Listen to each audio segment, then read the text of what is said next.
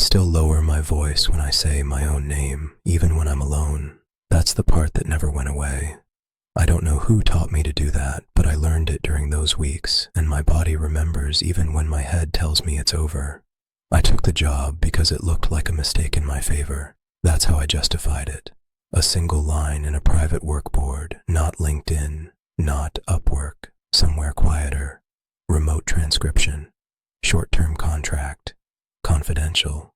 Payment listed up front. $8,700 on completion. No interview call, no video chat, just a form and a turnaround deadline that felt aggressive but doable. At the time, I needed money in a boring, ordinary way. Rent, a credit card I'd ignored too long, a dentist appointment I kept rescheduling. I told myself this wasn't greed, it was math. I remember thinking that the number was high because nobody wanted to do this kind of work. Audio transcription can be tedious. People mumble. Files are long. You lose hours rewinding the same 5 seconds. I'd done worse for less. They didn't explain the content. They said they couldn't. NDA attached. Standard language, heavy penalties, written to scare more than inform. I skimmed it the way people always do, looking for the parts about payment and termination. The platform required 2-factor authentication, a dedicated browser, and a device check. That felt serious, but not alarming. Lots of companies do that now. I told myself this was just a privacy-forward client. The first file didn't play right away. There was a delay, like the system was making sure I was actually there. Then a voice started speaking. Clear, close, like it had been recorded in a small room. No background noise, no music, just a person talking steadily, without emotion, describing something mundane, inventory numbers, times, instructions that didn't sound like they were meant for me. I transcribed exactly what I heard. That was the rule. No interpretation, no corrections, preserve pauses, mark unclear sections. I followed the style guide because it was thorough, almost obsessive. They cared about accuracy down to breaths and half words. I remember thinking that whoever needed this text needed it to be clean. Halfway through the file, the speaker paused, not the kind of pause you mark, a real one. Then they said my name. I assumed it was a coincidence. My name isn't rare. That's what I told myself as I kept typing. I didn't stop the audio. I didn't rewind. I didn't flag it. The style guide didn't say what to do if something felt wrong. It just said to keep going. The next files came faster, automatically queued. I'd finish one and another would unlock. Different voices, different accents, same delivery. Calm, methodical. They talked about processes, oversight, escalation. Sometimes they addressed someone else directly, using names I didn't recognize. Sometimes they spoke in questions that never got answered. Every few files, one of them would say my name again, always in the same way, not shouted, not emphasized, just inserted like a checkpoint. I told myself it was embedded test audio, a way to confirm I wasn't using automation. Companies do that. I'd heard about it. They seed files with identifiers to catch cheaters. That explanation settled in easily because it let me keep working. I checked the contract again to see if there was anything about personalization or adaptive content. There wasn't. Just the same language about confidentiality and performance metrics. I noticed then that the dashboard showed more than just my progress. There were fields I couldn't click. Labels without values. One of them was titled Listener Compliance. It stayed green. By the end of the first week, I stopped flinching when I heard my name. That's when it should have scared me. Instead, it felt like proof I was doing the job correctly, like the system recognized me. I'd put on headphones even when the room was empty. I closed my door. I worked late because the queue never seemed to end, and because stopping meant sitting with the silence afterward. There was one file where the speaker corrected themselves mid-sentence. They said my name, then said, "Sorry," and continued. I hovered over the pause key for a long time before deciding not to use it. The style guide didn't instruct me to capture apologies unless they were part of the content, so I typed it all exactly as it was said and submitted. I was paid on schedule, no bonus, no feedback, just the amount we'd agreed on, transferred cleanly. The dashboard locked me out the same night. The browser extension uninstalled itself. The email address bounced when I tried to ask a question I'd been holding on to since the second day. I tell myself that's where it ended, that it was just a job with a strange quality control system and an unhealthy effect on my nerves. But even now, when I replay recordings for other work, when I slow audio down and lean in to catch a word, there's a moment where I expect to hear my name again. And sometimes, when the speaker pauses too long, I still hold my breath, waiting to find out if they remember it. After the money hit my account, I tried to reset. That was the word I used. Reset. I paid the bills I'd been juggling, scheduled the dentist, cleared the credit card enough that the notifications stopped. I told myself that was the exchange. Time and nerves for stability. People do worse trades every day. But the habit stuck. That was the first sign. I'd open audio files for other clients and listen the way I had learned to listen there, too closely, waiting for deviations, waiting for acknowledgement. I caught myself whispering my name under my breath before starting a file, like I was checking whether the room would respond. Nothing did. That should have been reassuring. It wasn't. I went back through my local files to see if I'd saved anything by mistake. I hadn't. The platform never allowed downloads. Everything streamed. Everything ephemeral. Clean. I searched my email for the onboarding messages. They were gone. Not deleted. Gone like they'd never existed. I told myself that was just good security hygiene. Some services auto-expire messages, some erase trails by design. What bothered me was how ordinary the rest of my life looked around it.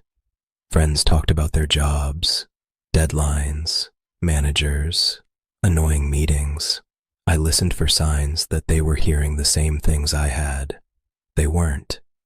When I mentioned the contract in vague terms, people nodded, uninterested. High-paying weird gigs exist. Everyone knows someone who knows someone. A month later, I got a voicemail from an unknown number. No missed call notification, just the voicemail icon waiting. The message was empty, no sound, 30 seconds of nothing. I deleted it and immediately felt like I'd done something wrong, like I'd skipped a step in a process I didn't understand. After that, I started noticing patterns that were easy to dismiss if you wanted to. Customer service reps using my name more than necessary. Automated emails that felt slightly off in their timing, arriving right after I finished thinking about something work-related. Once, during a routine identity verification call with my bank, the agent paused before greeting me, then said my name the same way the voices had. Same cadence, flat, confirmatory.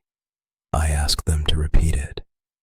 They did, confused, adding an apology that sounded genuine. I laughed it off. Jokes smooth over a lot. I told myself that once you hear something enough, you start finding it everywhere. Like when you learn a new word, and suddenly it's all over the place. What I didn't tell anyone was that I'd started transcribing again. Not for money, for myself. I'd open a blank document and type out conversations from memory. The way the speakers structured sentences, how they referred to actions without context, as if context was assumed. I wanted to see if there was a pattern I'd missed, some indication of what the transcripts were for. That's when I realized something I hadn't allowed myself to notice before. The speakers weren't describing past events. They weren't narrating. They were issuing confirmations, logging decisions, recording acknowledgments, the kind of language you use when something has already happened elsewhere and you're creating a record to make it official. I tried to calculate how many hours of audio I'd processed, how many voices, how many times my name appeared. The dashboard never showed totals, only progress bars that reset. At the time, that felt motivating. Now it felt deliberate. I reached out to another transcriber I vaguely knew, someone who'd mentioned similar work once in passing. I didn't describe the job. I just asked if they'd ever had a client who personalized audio like that, who inserted names. They replied hours later with a short answer. No. And then a question mark, like they wanted to say more but decided against it. That night, I dreamed I was wearing headphones that wouldn't come off. Not in a dramatic way, no panic. Just the mild annoyance of something pressing against your ears when you want quiet. In the dream, someone said my name, and I responded without speaking. I woke up with my jaw sore, like I'd been holding it tight. The next morning, there was a new email in my spam folder. No subject line, no sender name, just an address made of numbers and periods. The body contained a single sentence. Your previous accuracy rate remains within acceptable parameters. I stared at it for a long time before deleting it. It didn't ask me to do anything. It didn't threaten. It didn't offer more work. It was just a statement. Informational. Procedural. I still don't know what would have happened if I'd replied. Now, when people ask why I stopped taking certain contracts, I say I burned out. It's true enough. When I hear my name spoken in recordings, I pause the audio. I wait a beat longer than necessary before continuing. I've learned that silence can be a choice, even if it doesn't always feel like one. And sometimes, late at night, when the house is quiet and my phone lights up with a notification that disappears before I can read it, I wonder if the work ever actually ended, or if all I did was stop writing down what was being said. I started paying attention to how systems talk when they don't think anyone is listening. Not the content, the shape of it, the pauses, the way confirmation messages avoid verbs. I noticed how often software uses your name when it wants you to comply, and how rarely it uses it when it doesn't need anything from you. I told myself this was just professional deformation, like how doctors see symptoms everywhere, like how editors can't read for pleasure anymore. It was easier to believe that than to admit I'd let something recalibrate me. I changed my routines, new email address, new phone number. I scrubbed my resume of anything that suggested transcription, compliance work, data hygiene. I leaned into other skills, writing, analysis, things where the output felt more obviously mine. When clients asked about availability, I set firmer boundaries. No rush jobs, no black box platforms, no work that required special browsers or device checks. Most of them understood, the ones who didn't stop replying after I asked questions. There was a moment, a few months later, when I almost convinced myself it was all over. I'd gone an entire week without thinking about it. That felt like progress. I was cooking dinner, listening to a podcast, half paying attention. The host paused mid-thought, shuffled papers, then said my name. I dropped the knife. It clattered in the sink. The podcast kept playing. The host moved on, talking about something unrelated. I rewound, listened again. This time, the pause was there, but my name wasn't. Just a breath, a swallow, static. I didn't finish cooking. I sat at the table with my phone face down until the screen went dark. After that, I made a rule. If I thought I heard my name in a recording, I wouldn't rewind. Rewinding had been part of the job. Verification, precision, control. I decided not to give that reflex any more reinforcement. If it was really there, I'd hear it again naturally. If it wasn't, I didn't want to teach myself to manufacture it. The rule mostly worked. Mostly. What unsettled me wasn't the idea that someone was still watching. That would have been easier. Surveillance is a clean fear. It has edges. What bothered me was the possibility that no one was watching anymore because no one needed to. That whatever system those voices belonged to had already learned what it needed from me. I thought back to the way the speakers talked, how none of them ever sounded unsure, how there were no debates, no raised voices, no persuasion, just statements, logging, closure. The transcripts weren't meant to change anything. They were meant to lock things in. I wondered if my role had been to witness, not in a moral sense, in a technical one, to provide a human acknowledgement that something had occurred, that it had passed through a person, not just a machine, a checksum with a pulse. That idea felt dramatic when I put it into words, so I didn't. I kept it vague, even in my own head. But once you think something like that, it changes how you hear language. You start noticing how often systems ask you to agree without asking you to understand. A year passed, then another. The money from the job disappeared into the general blur of expenses and income. It stopped feeling like a specific sum attached to a specific thing. That scared me more than if it had stayed marked. Every so often, I'd get a call that hung up as soon as I answered, or an email addressed to me that contained no text, just a blank body and a tracking pixel that loaded and then vanished. I stopped blocking numbers. I stopped reporting spam.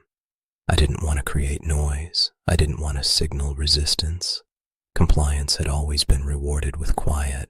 I know how that sounds. I know how easy it would be to diagnose from the outside. Stress, anxiety, pattern seeking. I've done that work myself. I believe in rational explanations. I still do. But here's the thing I can't explain away. Sometimes when I'm filling out a form online, one that autofills my name at the top, there's a delay, not lag, something else.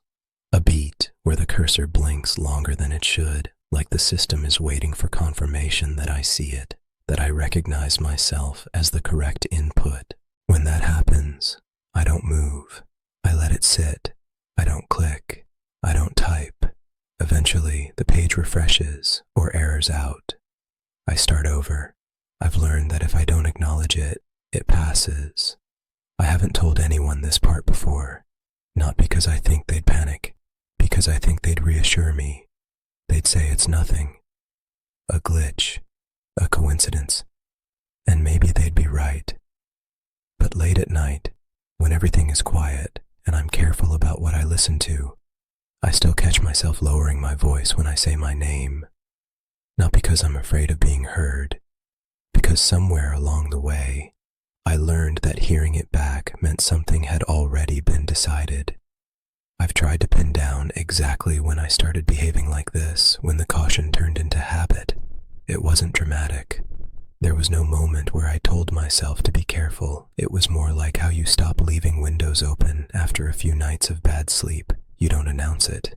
You just do it. I stopped using voice assistants. Not because of privacy policies or data collection. I just didn't like the way they said my name to get my attention. Too crisp, too clean. I turned off read receipts, disabled typing indicators, anything that created a feedback loop where my presence was acknowledged in real time. I preferred systems that didn't notice me. At work, I gravitated toward tasks that left no trace beyond completion, no comments, no collaborative docs, no version histories with my name stamped on every decision. When managers asked why I didn't contribute more visibly, I said I focused better that way, which was true. Focus felt safer when it was quiet. Every now and then, curiosity would get the better of me. I'd search for fragments of the phrases I remembered transcribing, not exact quotes, structural patterns, the way certain confirmations were phrased. The search results were always useless. Policy documents, technical manuals, meeting minutes from companies I'd never heard of. Language converges when enough people optimize for clarity. I never found anything that proved the work was unique. That should have settled it. Instead, it reinforced a different thought. That uniqueness wasn't the point. Once, while updating my operating system, I noticed an optional diagnostic report. Buried in the description was a sentence about human-interpreted audio samples. I hovered over the checkbox longer than necessary. Read the fine print. It was standard. Opt-in. Anonymous. I unchecked it anyway and felt an unreasonable sense of relief, like I'd dodged a responsibility I didn't remember agreeing to. I don't think the people behind the job were malicious. That's important to say. Nothing about the process felt chaotic or cruel. It felt careful, designed, like the kind of system built by people who believe they're solving a problem, not creating one. That made it harder to assign blame, which meant the unease had nowhere to go.